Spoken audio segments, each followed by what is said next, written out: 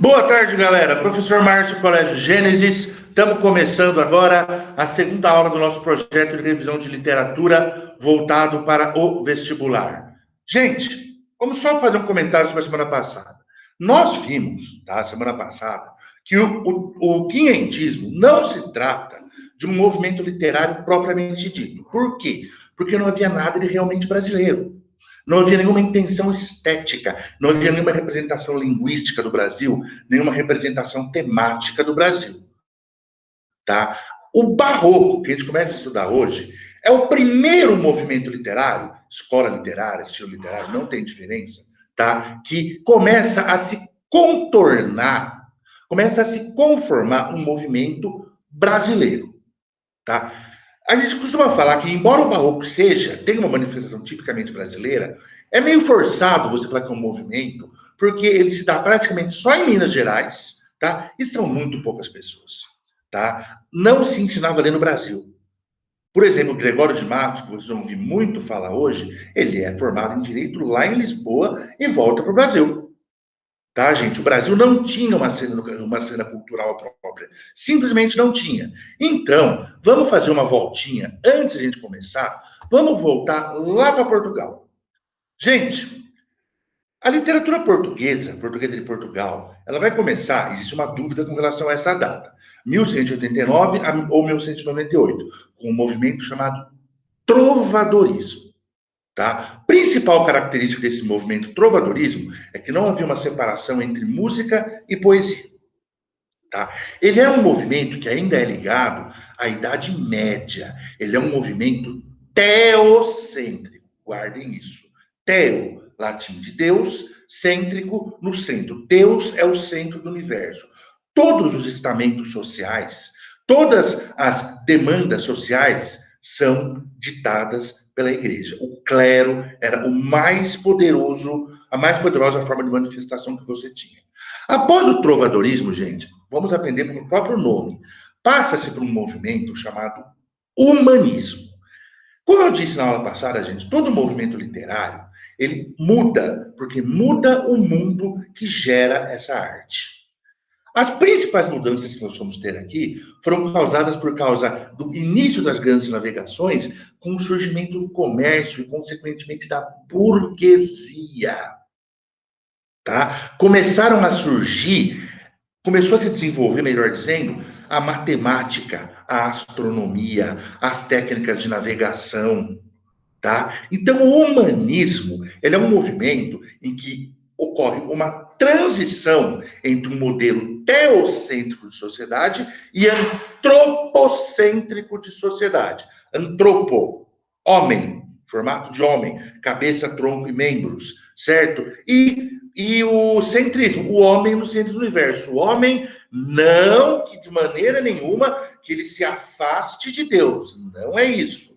Tá? Ele apenas começa a perceber que muito do seu destino é ditado pelo seu próprio comportamento. Tá? Partindo do humanismo, tá? Nós chegamos ao classicismo. Gente, o movimento classicista ele é um movimento extremamente antropocêntrico. Antropocêntrico. Tá?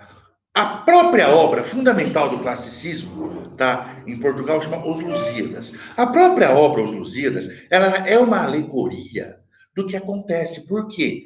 Os próprios portugueses terem a ousadia de atravessar o mar, o tempo inteiro lutando contra o concílio dos deuses, que faz tudo para impedir os portugueses, mas nunca conseguem, já mostra o homem não tão submisso assim à vontade e aos desmandos dos deuses. Tá? Por que classicismo? Porque tem a ver com uma retomada dos valores clássicos da antiguidade, quando não existia ainda o cristianismo. Vamos fazendo essa relação aqui. Vamos fazendo essa relação, tá?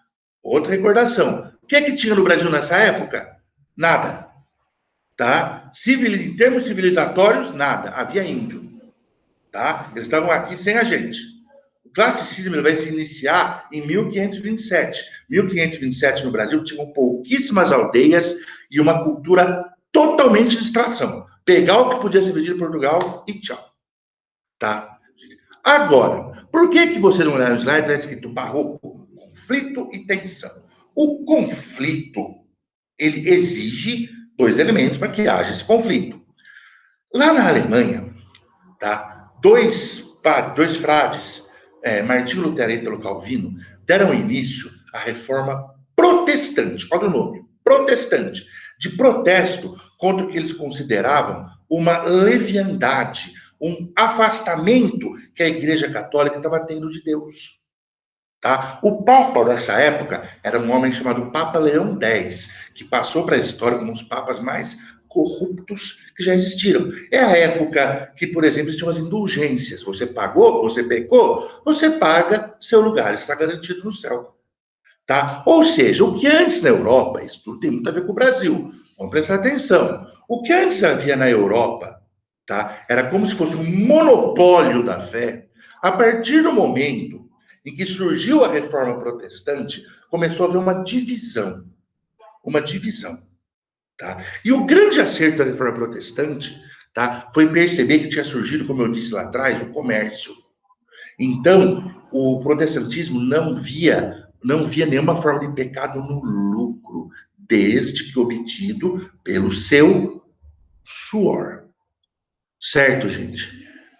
Por que isso é tão importante para nós? Porque o Brasil, enquanto nós tínhamos classicismo, o que nós tínhamos no Brasil era o quinhentismo. Uma manifestação de escrita, mas que não era exatamente literária. Quando a literatura no Brasil começa a se desenvolver, ela entra direto na ideia de conflito, na ideia de tensão entre uma visão teocêntrica do mundo e antropocêntrica do mundo. Tá? Era o homem dividido entre a fé e a razão, entre a carne e o espírito. Por que isso aconteceu? Porque quando a Igreja Católica começou a perceber que ela estava tendo o seu poder dividido, ela fez um concílio, chamado Concílio de Trento. A data, sinceramente, gente, me foge agora. Tá? Esse Concílio de Trento, eles tiveram como mote principal revalorizar, retornar aos valores medievais da fé. A Igreja Católica, ela falhou um pouco em entender que os tempos estavam mudando. Então o Brasil, ele já caiu de cara nesse conflito teocêntrico e antropocêntrico. Por isso, e isso é uma coisa que vocês vão cansar de ouvir hoje, o movimento barroco é um movimento do conflito, é um movimento cuja figura de linguagem-chave é a antítese.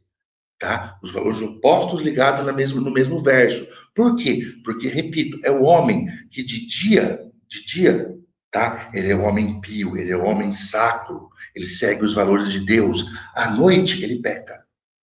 Tá? Claro que isso é uma metáfora, tá, gente? A própria sociedade cobrava do homem dois valores que ele não estava conseguindo conciliar. Uma coisa que eu estava esquecendo de falar, que é muito importante para vocês entenderem, gente, se vocês voltarem um pouquinho, tá, no humanismo, tem uma obra que eu considero seminal, tá? Tem uma obra chamada Alto da Barca do Inferno, de um cara chamado Gil Vicente, um cara, né? Um dos maiores dramaturgos da língua portuguesa. Gente, essa obra Alto da Barca do Inferno, ela retrata com perfeição os novos modelos sociais e como a sociedade demora para assimilar esses modelos sociais. Tá, gente? Então, o ideal seria que você conhecesse pelo menos o Alto da Barca do Inferno, porque vai ajudar muito vocês a entenderem de onde veio toda essa mudança. Toda essa mudança. Tá, gente? Então, entendam isso. O barroco é um movimento de conflito entre teocêntrico e antropocêntrico. O próximo movimento literário da semana que vem, o arcadismo, é um movimento antropocêntrico por definição. Por definição. Tá. Vamos começar, gente, antes de passar exatamente para as características. Não existe uma explicação 100% precisa para de onde vem a palavra barroco. Duas são, tá, as origens. Barroco pode vir de barrueco, que seria uma pérola deformada, uma pérola exagerada, uma pérola irregular, guarda sua beleza, mas que mas que tem suas deformações. Ou, e essa é engraçada, tá, gente? Existe uma determinada vertente de linguistas que falam que barroco tem a mesma origem da palavra verruga. Por que verruga? Porque é uma superfície circular em meio a uma superfície plana. Seria a deformação, o exagero, a excrescência barroca. Tá, gente? A excrescência barroca. E uma coisa que é importante vocês esquecerem, vocês esquecerem, foi ótimo, né? Vocês não se esquecerem, gente, é que hoje em dia nós temos um aparelhinho chamado celular, nós temos um aparelhinho chamado computador, internet, Instagram.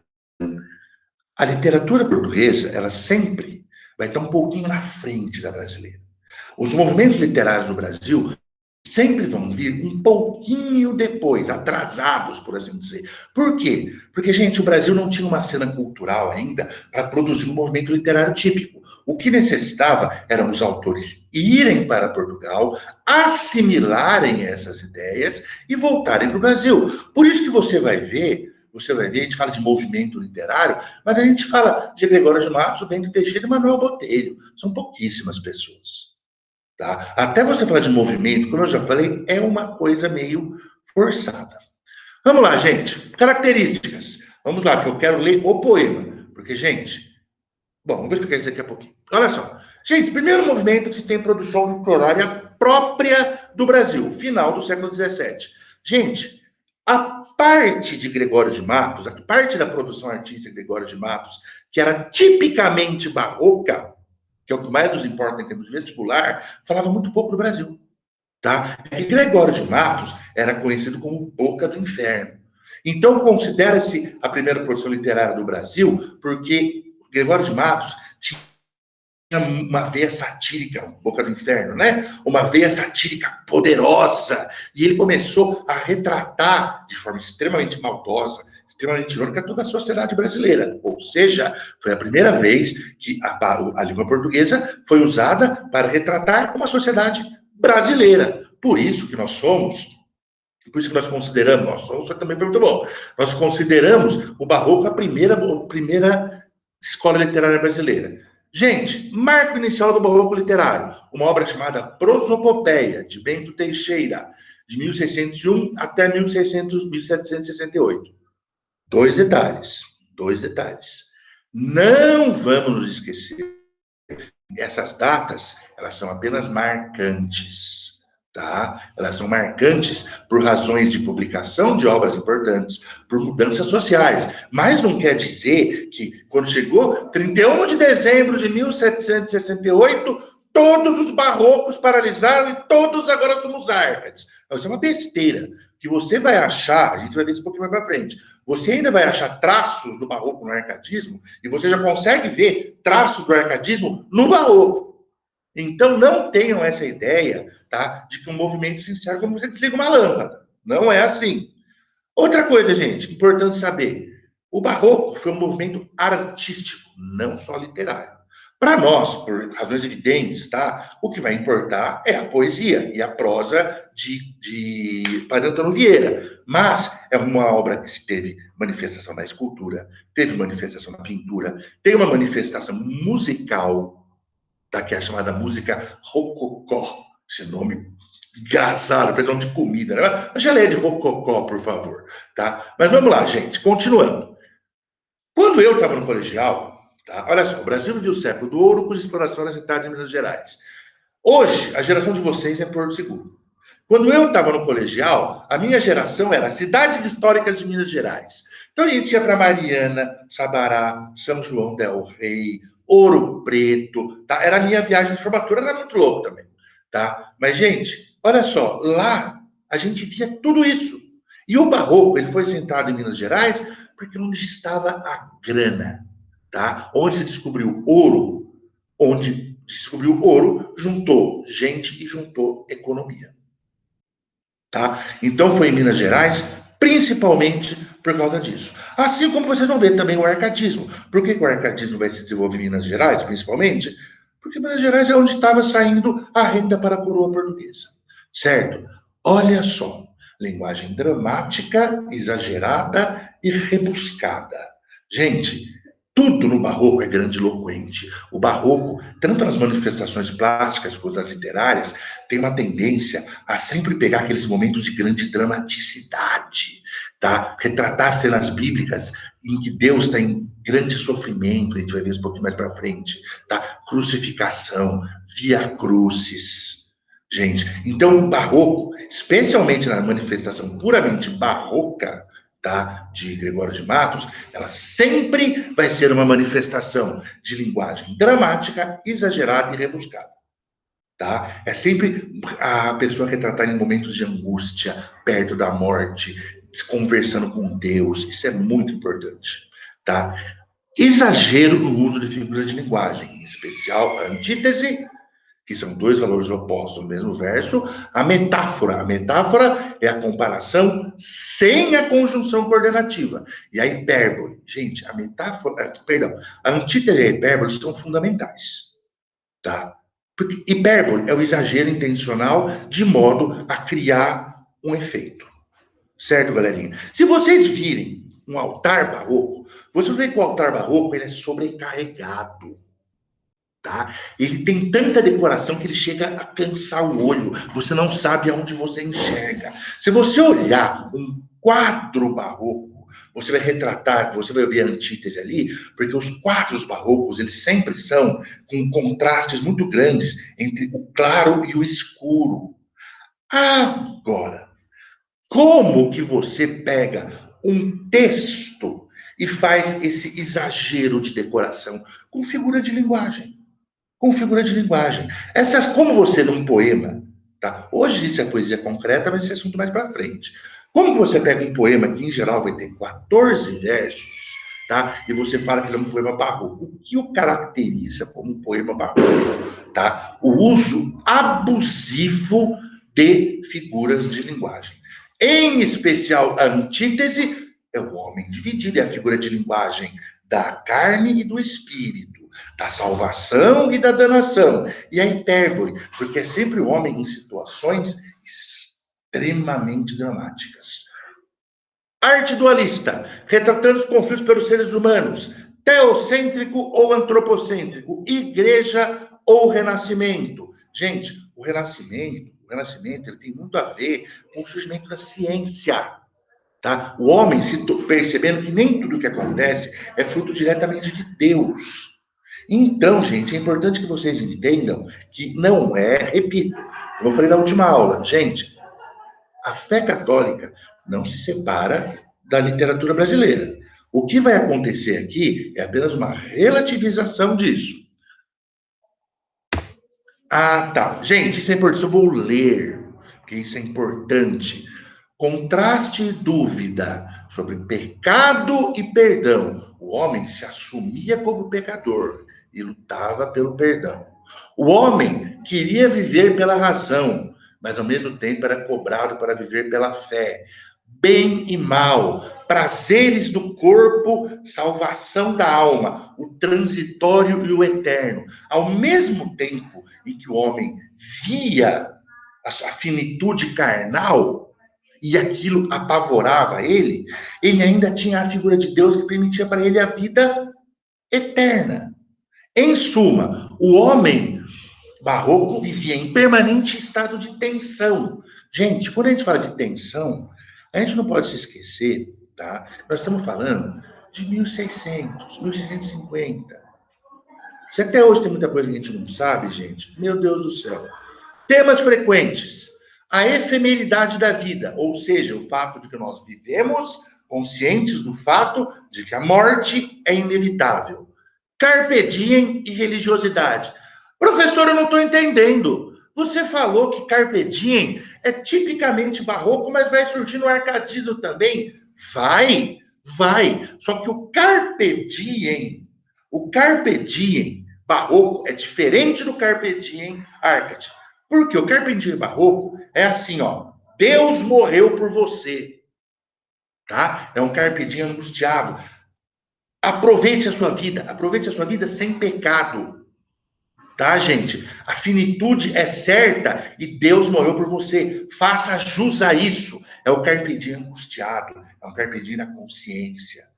tá? Quando você for chegar no arcadismo, vamos ver que o carpe diem, tá? O carpe diem, ele é um carpe diem mais suave, tá? É uma poesia mais leve, é mais carnal, é mais aceitável os prazeres da carne. E aí eu vou aproveitar para dar uma dica aqui para vocês. Gente, uma coisa que eu sempre falo, eu não vou explicar uma parte que tem muita tecnicalidade, mas existem muitos casos na literatura em que um movimento literário é seguido por um outro diametralmente oposto. Então a gente vai ver a semana que vem que se você for para uma prova, você fala, meu Deus do céu, vou apavorar, estudei tudo de barroco. Aí um colega seu fala assim, meu, mas não é barroco, cara, a matéria é arcadismo. As características do arcadismo, de uma maneira geral, são extremamente opostas às do barroco. Enquanto o barroco tem um exagero do figura de linguagem, a gente vai ver tudo com mais calma semana que vem, tá? O arcadismo, ele é contido nas figuras de linguagem. Enquanto o barroco prega, ele é uma arte angustiada, ele é uma arte que se passa na cabeça, dentro da mente das pessoas, tá? O arcadismo, ele tem espaço, ele tem cenário, tem locus amoenos, os locais suaves onde os casais estão. O amor no arcadismo é mais carnal. O amor no barroco, ele é ligado a pecado, tá? Lembra? Medievalismo. Tá, gente? Enquanto a linguagem do barroco é extremamente obscura, extremamente refinada, a imagem do arcadismo, a linguagem do arcadismo é uma linguagem muito mais acessível. Então, guardem isso, porque isso é importante, tá? Detalhismo, lógico, tá? Se vocês veem uma imagem do barroco, vocês vão entender o que eu quero dizer, tá? É sempre tudo extremamente explicado. E o mais comum ainda na prosa. Formalismo, havia uma clara opção pelos sonetos e pelos versos decassílabos. Existem outras manifestações? Existem. Principalmente, tá? Gregório de Matos foge do formalismo, principalmente quando ele foge da temática barroca. Quando Gregório de Matos opta por fazer uma poesia satírica, uma poesia às vezes pornográfica, porque também existia, tá? Não vou ler não, tá? Uma poesia filosófica, havia uma permissão maior, um espaço maior para ele fugir, tá? Dessa característica formalista. Mas enquanto a manifestação de Gregório de Matos era barroca, a opção era soneto.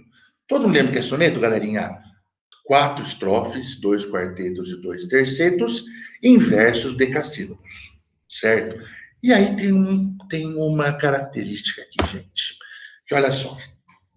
Gente, tem duas palavras que são exclusivas do barroco, que é o cultismo e o conceptismo. Chegou numa prova de vestibular, você viu cultismo e conceptismo, que eu vou explicar para vocês o que é o barroco. Ponto. É uma manifestação praticamente exclusiva do barroco. O cultismo, ele é praticamente só na poesia. O conceptismo, ele se dá principalmente na prosa, mas não quer dizer que não haja um contato entre essas formas de arte. Tá?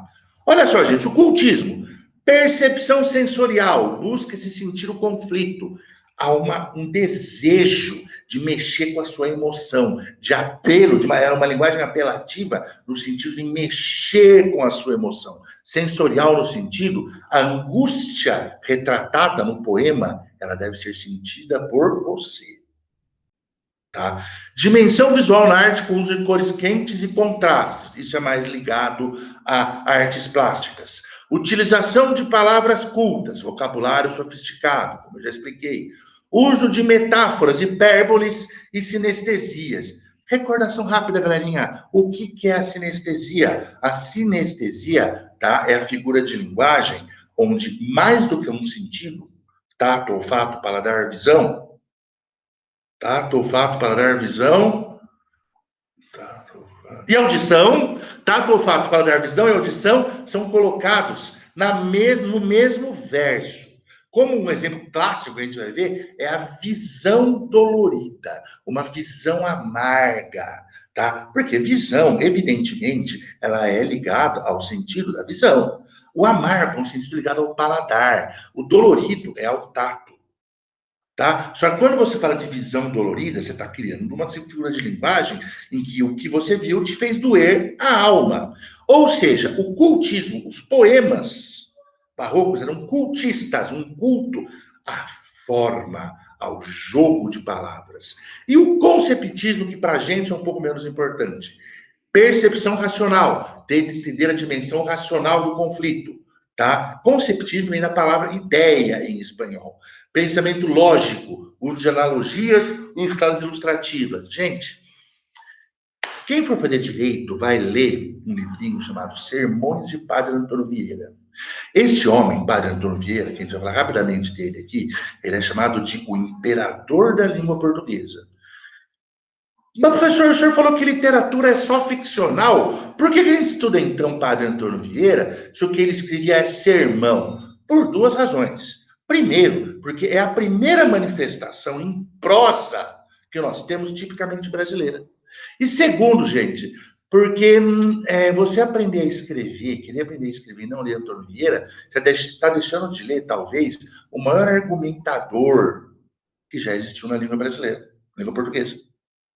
Tá? Talvez o maior, tá? Você vai falar, mas e Machado de Assis? Machado de Assis era romancista, um gênio, só que o lance dele era ficção, era a invenção de personagens e de tramas, enredos, tá? Quando você fala de Padre Antônio Vieira, a intenção é pedagógica, é didática, é um sermão religioso sobre fé, sobre comportamento, tá, gente? Padre Antônio Vieira, ele tem um peso na literatura mundial, tá? Ele é estudado, ele morou também muito tempo na Suécia, quando ele saiu do Brasil. Ele é estudado pela Academia de Letras da Suécia, ele é estudado em Portugal, ele é estudado nos Estados Unidos, ele é estudado no Brasil. Por quê? Porque a capacidade de argumentação desse homem, tá, não tem igual. Não tem igual. Talvez ele seja, em uso da linguagem como forma de convencimento, de ele querer apelar para o seu lado racional, não tem parâmetro. Tá, gente? Não tem parâmetro. Se eu tiver que indicar, sermão da 60ª ou sermão de Santo Antônio aos Peixes. Olha isso aqui, gente. Nomes do barroco. Isso aqui é muito louco. Na poesia. Gregório de Matos é o maior poeta barroco brasileiro, um dos fundadores da poesia lírica e satírica. Foi irreverente ao afrontar os valores e a falsa moral da sociedade baiana. Gente, boca do inferno, tá? Ele teve que sair do Brasil, porque senão ele morria. Ele tem poemas dele que ele vai falar desde os negros serem muito submissos até falar dos brancos que serviram aos negros. Ele não poupava ninguém. Tá? Denunciou as contradições da sociedade baiana e criticou os mais diversos grupos, governantes, fidalgos, comerciantes, escravos, etc. Às vezes em linguagem de baixo calão. Galerinha, tem poemas de Gregório de Matos que eu vou deixar por conta dos senhores procurarem, tá? Porque realmente ele manda na veia, tá? É palavrão, é vulgar, muitas palavras vulgares que não compete aqui a gente. E aqui essa caricaturinha aqui, gente, é de Padre Antônio Vieira. Olha só, gente, uma vez um aluno meu chamado Nicolas, acabei de falar agora há pouco, ele me perguntou assim, e é verdade, ele me fez a seguinte pergunta: professor, por que uma obra é um clássico? Olha só, vou ler esse textinho para vocês. Vou explicar para vocês. Basta, senhor, que eu, porque roubo uma barca, sou ladrão, e vós, porque roubais em uma armada, sois imperador? Assim é roubar o pouco, assim é roubar. O roubar pouco é culpa, o roubar muito é grandeza.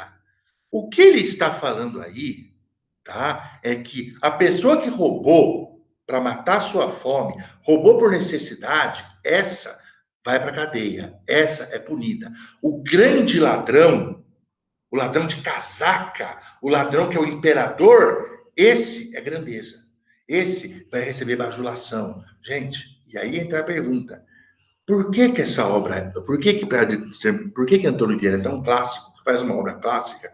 O fato dela ter uma característica chamada atemporalidade. Ela consegue dialogar com todas as épocas. Gente, esses sermões desse homem têm aproximadamente 450 anos. Se você adaptar a linguagem, porque hoje nós não temos imperadores, nós temos políticos, né? tá? Se você adaptar a linguagem de Padre Antônio Vieira, parece com o Brasil de hoje. Você consegue adaptar isso dos grandes ladrões serem os glorificados e os pequenos serem os enforcados até hoje. Que é a mesma coisa que acontece com o Alto da Barca do Inferno, que é uma obra que tem mais de 600 anos. Se você for tirar as dificuldades que você vai encontrar com linguagem, todos os pecados cometidos por aqueles homens há 600 anos atrás são cometidos ainda hoje. Como por exemplo, a pessoa que pratica a chamada fé formal. Ela está sempre na igreja. Ela segue alguma coisa dita pelo Senhor? Não. O importante é ela ir na igreja e ser vista como uma pessoa pia. O que ela vai fazer fora da igreja não interessa, tá? Vai ter a figura do sapateiro, tudo por dinheiro, tudo por dinheiro. Gente, no meio de uma pandemia, teve fábrica no Rio de Janeiro que foi preso por adulterar álcool em gel.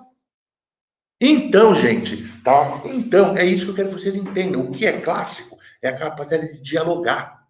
Por quê? Porque fala com aquilo que nos faz humanos. Daqui a 200 anos, o sermão de Antônio Vieira ainda vai ser relevante. Ainda vai ser relevante. Por quê? Porque, infelizmente, ele tratava, nesse caso aqui, ele tratava de características humanas. E a gente pode usar nossos brinquedos, o homem pode ir para a lua, tá? Antes, era uma grande coisa o homem sair de Lisboa, vir para o Brasil.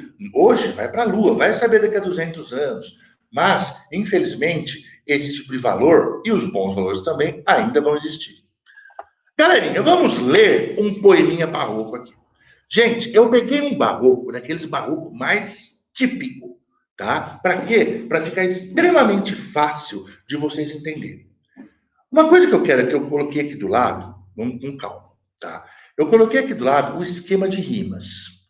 Olha, gente, a chance disso cair no vestibular é muito pequena, tá? A chance de cair esse poema e falar assim, trace o esquema de rimas vai ser muito pouco, muito baixo.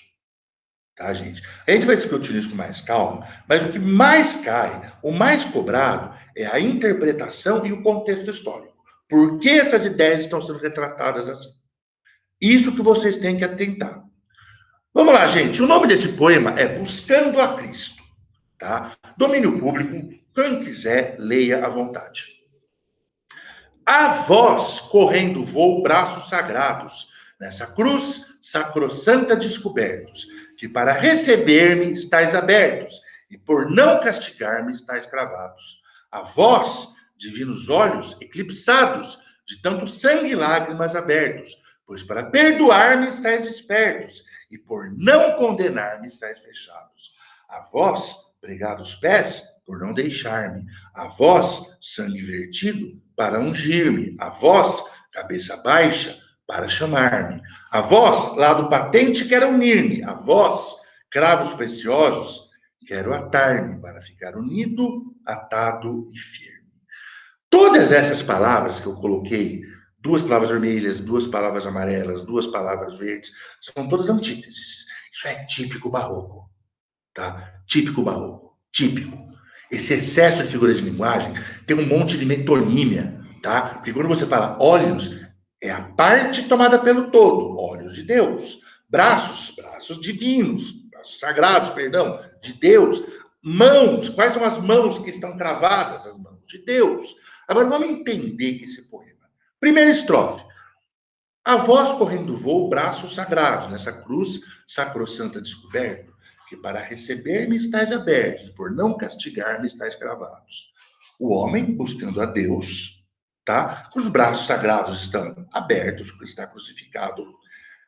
Olha a antítese. Para receber-me estáis abertos. Ou seja, para receber o pecador que se arrepende, os braços de Deus estão sempre abertos.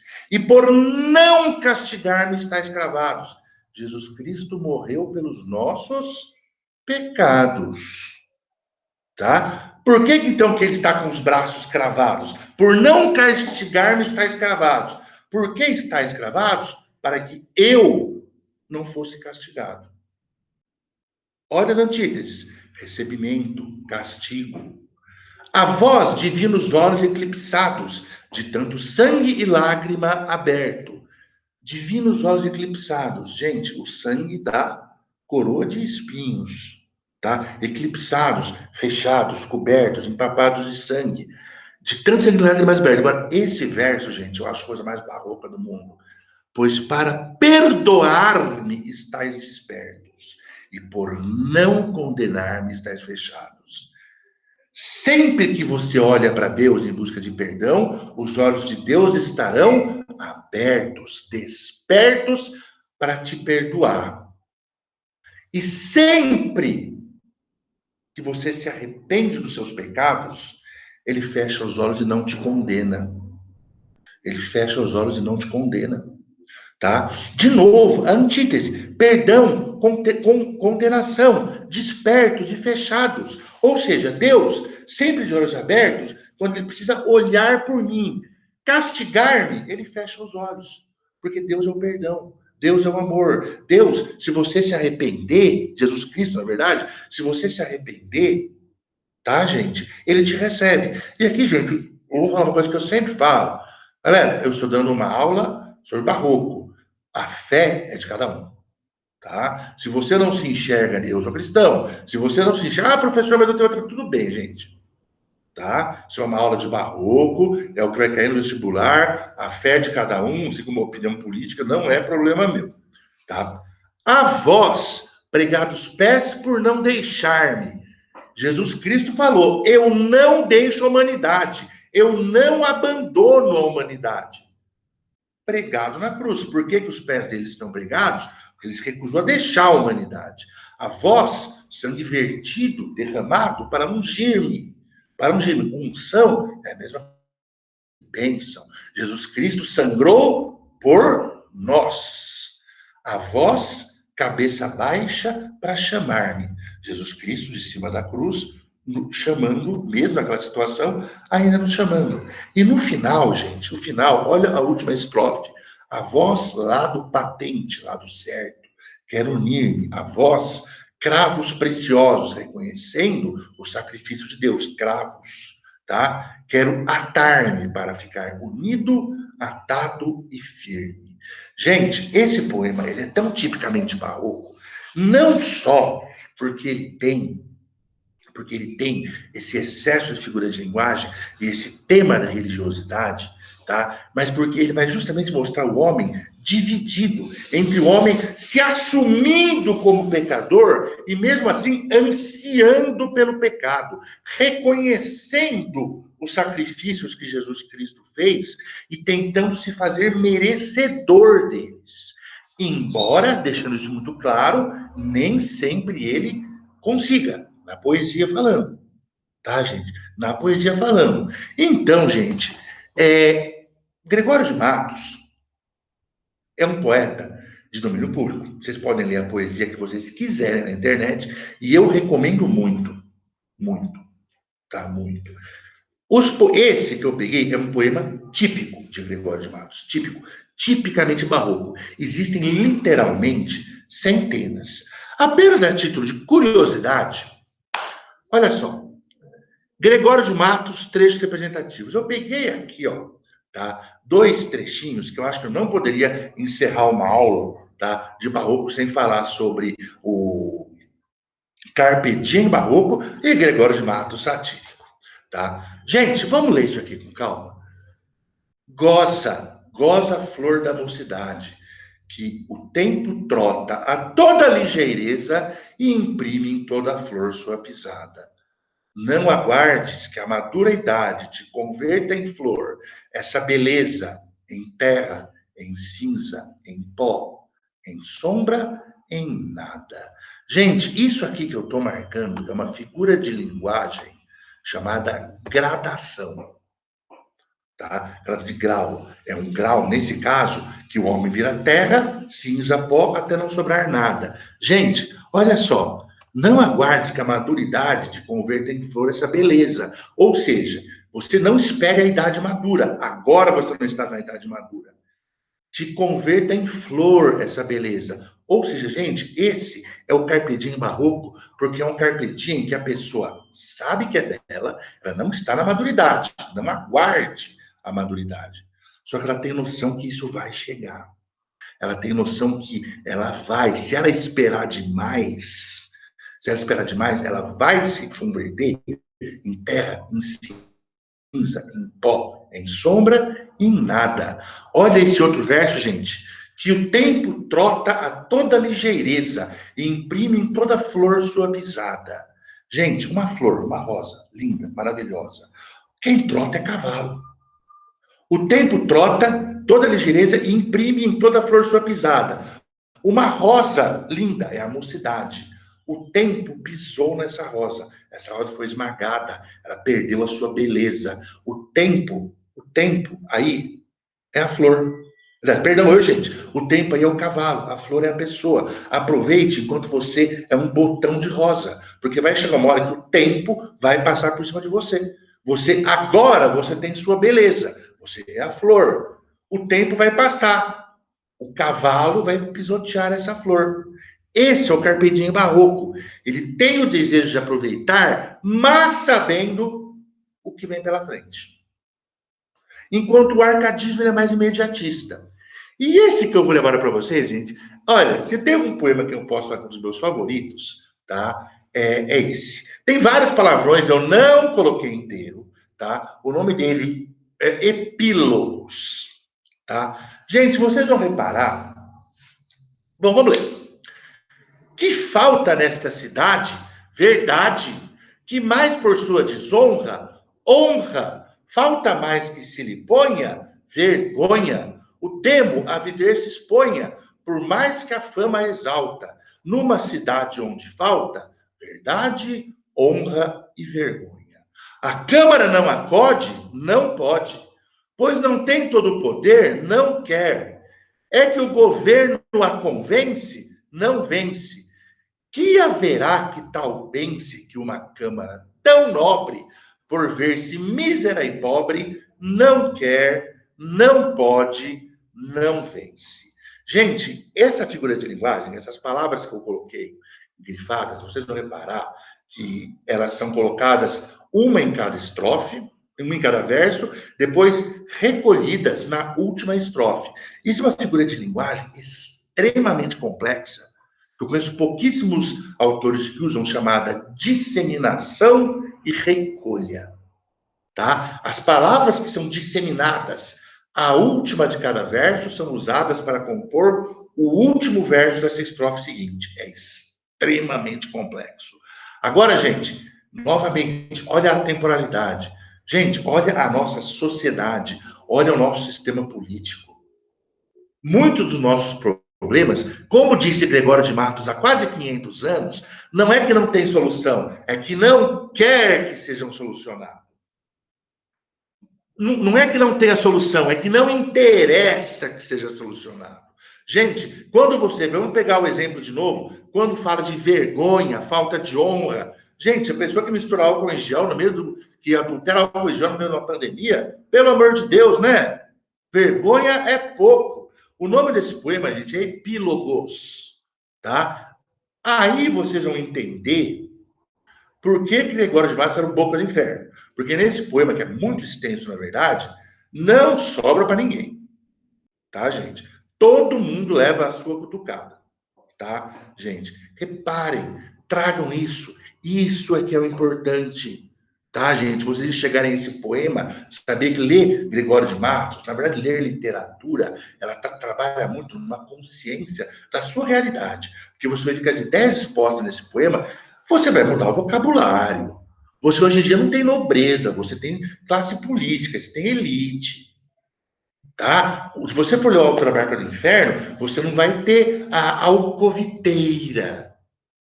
Tá? Você vai ter uma book rosa, talvez, um agenciador de book rosa, prostituição. Você não vai ter o onzeneiro, mas você tem a agiotagem. Tá? Você vai ter intolerância religiosa, como vai aparecer na figura do judeu no Alto da Barca do Inferno. Tá, gente? Erradíssimo, não precisa nem falar. Tá? Galerinha, olha só. Vamos resolver um teste? Exatamente o mesmo trecho que eu acabei de ler para os senhores.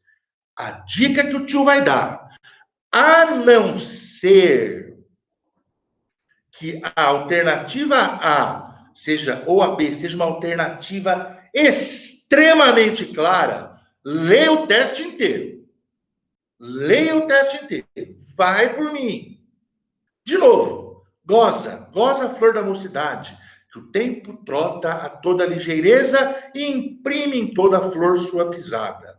Ó, não aguardes que a maturidade te converta essa flor, essa beleza, em terra, em cinza, em pó, em sombra, em nada. Nós vamos ler todas as alternativas. Os terceiros acima ilustram caráter do jogo verbal próprio da poesia lírica do século XVI, sustentando uma crítica à preocupação feminina com a beleza. Jogo metafórico do barroco, a respeito da fugacidade da vida, exaltando o gozo do momento.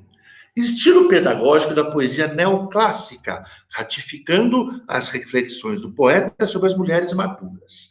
As características de um romântico, porque fala de flores, terras e sombras. Uma poesia que fala de uma existência mais materialista do que espiritual, própria da visão de um mundo nostálgico ocultista.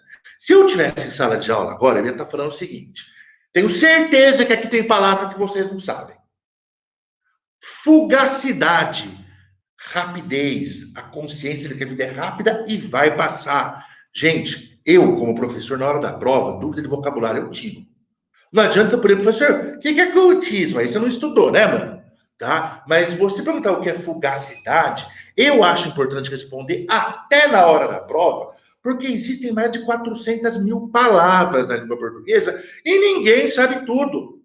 E quando você pega um poema barroco, meu Deus do céu, você está lendo um poema de 400 anos, a língua é viva. É claro que a língua falada por Gregório de Matos não é a língua falada que eu falo hoje em sala de aula, é claro que não. Então vamos eliminar as absurdas? Estilo pedagógico da poesia neoclássica. Não, não pode ser. Por quê? Porque o neoclassicismo é o jeito que o arcadismo é conhecido lá em Portugal. Por que não aqui no Brasil? Porque neo é o prefixo de novo. O Brasil não pode ter neoclassicismo porque não teve classicismo. Tá? Então, essa está completamente eliminada. A D, as características do romântico. Romantismo, ainda faltavam cento e tantos anos. Vamos ficar essa daqui então, ó. Caráter de jogo verbal próprio da poesia lírica do século XVI, sustentando uma crítica à preocupação feminina com a beleza. Não, crítica. Pelo contrário, ele fala: você tem essa beleza, você é uma flor, usufrua dessa beleza enquanto você pode, porque você vai virar terra, cinza, pó, sombra e nada. Ficou, então, uma poesia que fala de uma existência mais materialista que espiritual, própria da visão de um mundo nostálgico cultista. Gente, nostalgia é saudade do passado. Aí ele fala justamente de um evento, um envelhecimento, que vai acontecer no futuro. Não pode ser. Se ele está falando, não aguardes que a maturidade te converta essa flor, essa beleza, isso é para frente. Uma visão de mundo nostálgico é o olhar para trás. Nada a ver. Nada a ver. Tá, gente? E olha, agora, olha essa. Jogo metafórico do barroco. O ser humano é a flor. O cavalo é o tempo. A respeito da fugacidade da vida, exaltando o gozo do momento. Gozo é o prazer, é aproveitar. O gosto do momento é aproveitar o momento. Você, quando você começar a trabalhar, você não ouve falar assim: estou gozando das minhas férias. Gozar é aproveitar. Tá? Exaltando o gozo do momento é o carpe diem. Aproveite enquanto você é uma flor que ainda não foi pisoteada pelo tempo. E aí, gente, eu vou, antes de encerrar, antes das dicas, eu vou falar uma coisa, gente, que, olha, eu espero que interiorize muito em vocês. Se fosse para eu começar a falar de romance, de qualquer escola literária, qualquer professor, não eu, parece que eu estou me gabando. Gente, começar a falar sobre escola literária aqui, eu vou falar até 7 horas da noite. Você vai colocar poema, poema, poema, poema. Infelizmente, a gente tem que passar batido por Padre Antônio Vieira, que é um gênio. Então, o que eu estou fazendo aqui, galera, é apontando a direção, é dando as chaves do castelo, tá? É uma pincelada. No caso do Gregório de Matos, gente, é só você digitar na internet, poemas Gregório de Matos, vai aparecer literalmente dezenas. Alguns do Arco da Velha que vocês vão entender por que eu não coloquei no ar, tá? Mas vocês façam isso, não se iludam. E, e, quando chegar nos momentos que nós vamos analisar a obra, olha, gente, nada substitui a leitura da obra. Você pode assistir 140 videoaulas. Se você procurar, vai ter videoaula minha na internet. E eu estou falando, a minha videoaula não substitui a leitura do livro. Não. Por quê? Porque o livro é uma manifestação de palavra. O cinema é uma manifestação audiovisual. Então, não tem escapatória. Tá, gente? Mas a gente discute um pouquinho mais calmo. Gente, o aprofundamento aqui, ó. Eu peguei, gente, o próprio filme Gregório de Matos, tá? É um filme que demora aproximadamente, é uma videobiografia, tá? De mais ou menos 40 minutos. E aí, o mais engraçado, o que me chamou, o mais legal, é que ela é interpretada, o Gregório de Matos é interpretado por esse senhor aqui do lado, é um baiano chamado Wally Salomão. É um dos maiores poetas contemporâneos que o Brasil teve. Gente, é demais. Vale a pena você assistir o filme, não só para travar conhecimento com a obra de Gregório de Matos, o filme é inteiro poético. Ele recita poesias e o legal é porque ele cria todo o contexto para você entender. Vale muito a pena. E procure, gente, o Ali com W e com Y no final. O Ali Salomão. Nossa, gente, é um dos maiores poetas do Brasil para mim, tá? Só que ele teve muito pouca divulgação, porque ele é justamente do período mais férreo da ditadura militar, e ele foi perseguido, foi preso, morou no exterior, um caso à parte. E aí, dica de leitura, vamos ver se a minha querida colega Tecnogatti aprova. Gente, primeira coisa, um dos melhores livros que eu li na minha vida, O Retrato de Dorian Gray. Esse livro é espetacular. Quem é meu aluno aqui no colégio desde o ano retrasado, já leu o que eu pedi. Gente, esse livro ele vai ensinar para vocês, e vocês vão ler, vocês vão ver como a gente é vazio quando a gente fica preocupado com embalagem, quando a gente fica preocupado com beleza física, quando nós valorizamos as pessoas pelo que elas têm e por que elas se parecem, não por que elas são. Tá, gente? O Retrato de Dorian Gray. Para aquele pessoal que adora tudo tem que pôr no Facebook, tudo pôr na internet, aquela vaidade exagerada, aquela vaidade exacerbada. O Retrato de Dorian Gray é inacreditável. É um dos melhores livros que eu já li. E esse outro aqui, a gente tive que pensar bastante, tá? Por quê? Porque, gente, a verdade é que a maior parte dos adolescentes não tem muito hábito de leitura. E nós estamos falando aqui de poesia barroca. A poesia barroca é uma poesia mais complexa.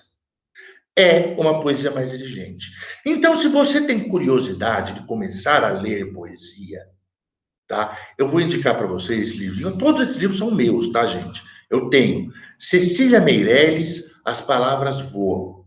Ah, é poesia de criança? Longe disso. É que pelo fato dela ser uma escritora modernista, ela tem uma linguagem muito próxima da nossa. Ela tem uma temática muito próxima da nossa. E a própria proposta do modernismo era uma popularização da linguagem.